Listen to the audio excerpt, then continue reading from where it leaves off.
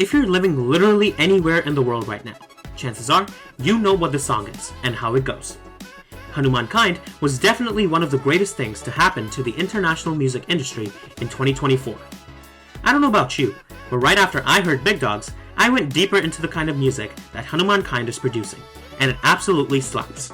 Tracks like Beer and Biryani, Genghis, Enemies, among many others, are absolutely brilliantly produced tracks. Not only him, new Indian origin hip-hop artists like Yash Raj, Shubh, Krishna, Gurinder Gill, and many others have been making a lot of noise lately in the hip-hop industry. Now, the reason why they're probably not as well known here in America as Hanumankind is because of the language difference. However, if we look at the statistics given purely by numbers, these artists are very well making a lot of noise at the international stage. I also believe that the coming up of Hanumankind is going to pave the way for other Indian artists to come up as well, like Yash Raj's very recent hit with Hanumankind called That's a Fact. I'm not saying that Hanumankind is better than Indian artists in any way, but all I'm saying is that for artists like Yash Raj to be successful in American hip-hop industries, artists like Hanumankind will make that transition easier. If you know anything about me, I'm a very big fan of Yash Raj's music. It plays in my videos so much. So, with that said, let's talk about the neuroscience of the rise of Indian hip-hop.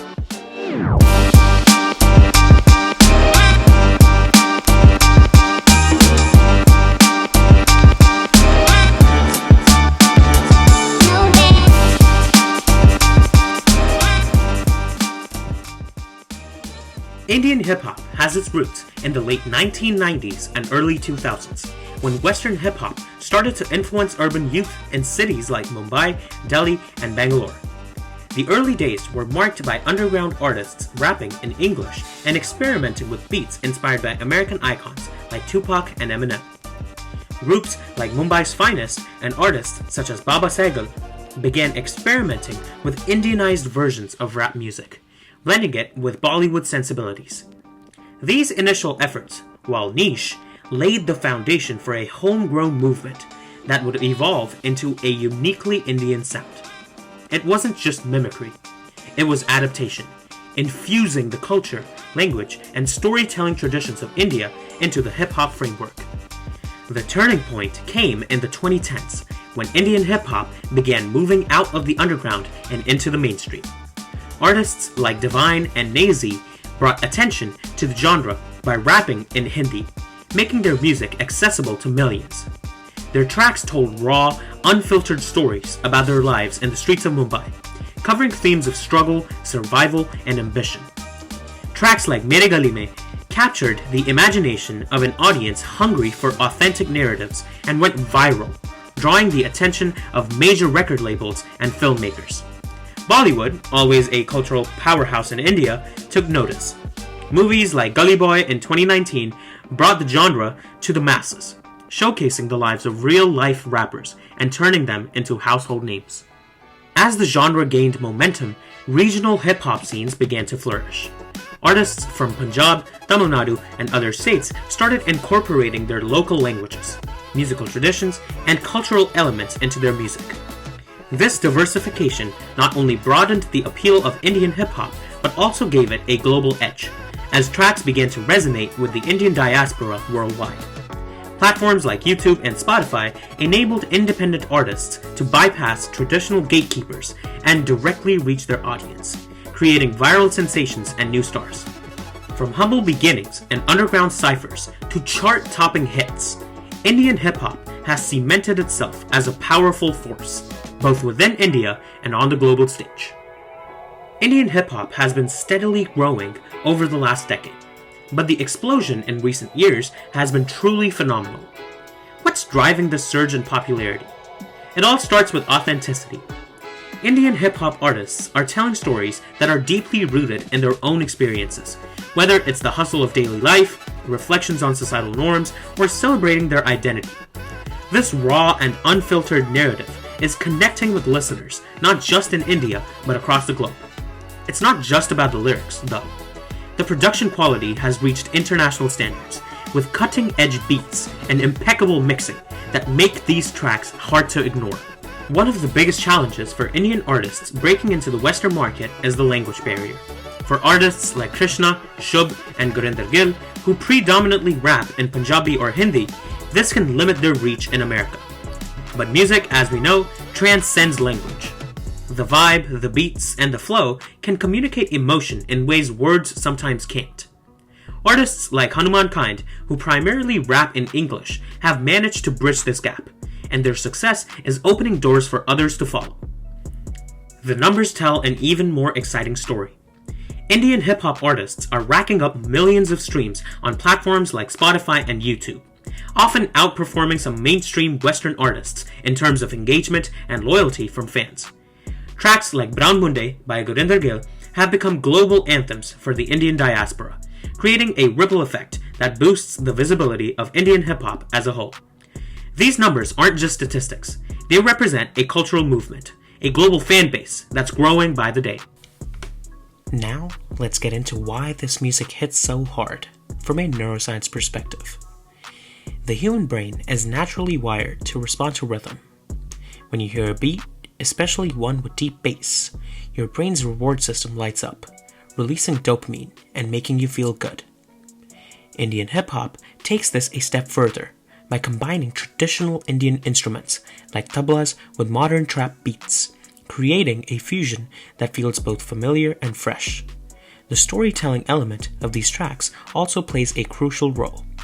When an artist shares their struggles or paints a vivid picture of their reality, it activates the empathy centers in your brain, allowing you to connect with the music on a deeper level. Even if you don't understand the lyrics, the cadence and flow can create auditory pleasure that your brain responds to positively. What's even more fascinating is the cultural pride that Indian hip-hop evokes, especially for listeners from the diaspora. Songs like Beer and Biryani and Brown Munde aren't just tracks. They're celebrations of identity, tradition, and belonging. This emotional resonance triggers oxytocin release, making fans feel a sense of connection and loyalty to the music and the artists. It's not just about individual songs. It's about what these songs represent: a movement, a community, and a shared experience. The ability of Indian hip-hop to resonate globally, even with language or cultural differences, is heavily influenced by how the brain processes rhythm and sound across several specialized regions. One key player is the auditory cortex, located in the temporal lobe, which is responsible for detecting and interpreting sounds.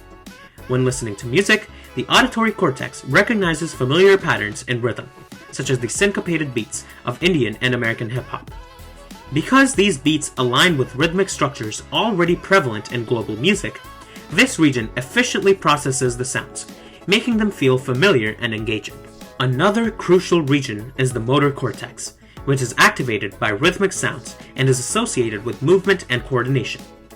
Studies have shown that the motor cortex is stimulated when we hear beats with a strong, repetitive pulse, prompting physical responses like head nodding or tapping.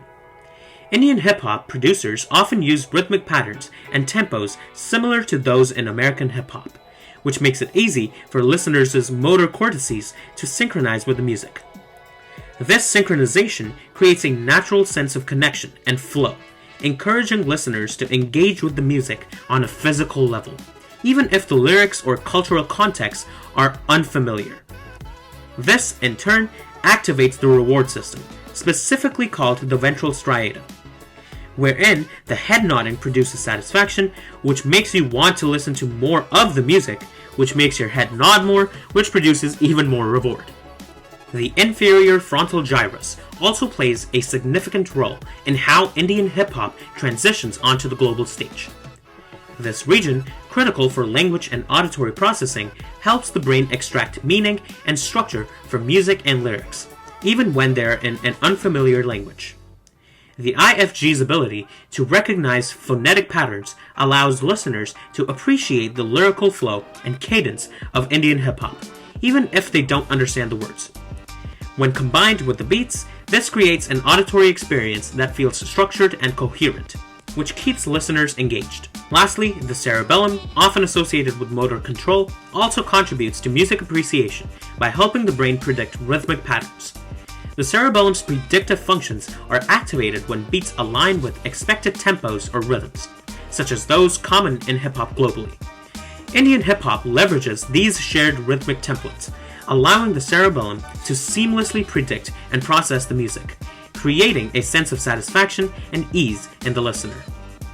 By stimulating these specific brain regions, Indian hip-hop not only appeals to global audiences, but also makes its transition onto the international stage neurologically effortless. Looking ahead, it's clear that Indian hip-hop is poised to take an even bigger stage, with platforms like YouTube, Spotify, and TikTok giving independent artists the tools to reach global audiences. The potential for growth is limitless. Hanumankind's rise is just the beginning. As more artists collaborate across borders and experiment with different styles, we're likely to see Indian hip-hop cement itself as a major player on the international music scene. And the best part? It's happening right now, in real time, and we're lucky enough to witness it. What do you think about the rise of Indian hip-hop? Let me know in the comments. And don't forget to like, share, and subscribe for more deep dives into the fascinating ways neuroscience interacts with culture and music. Thanks for watching. I'll see you next time.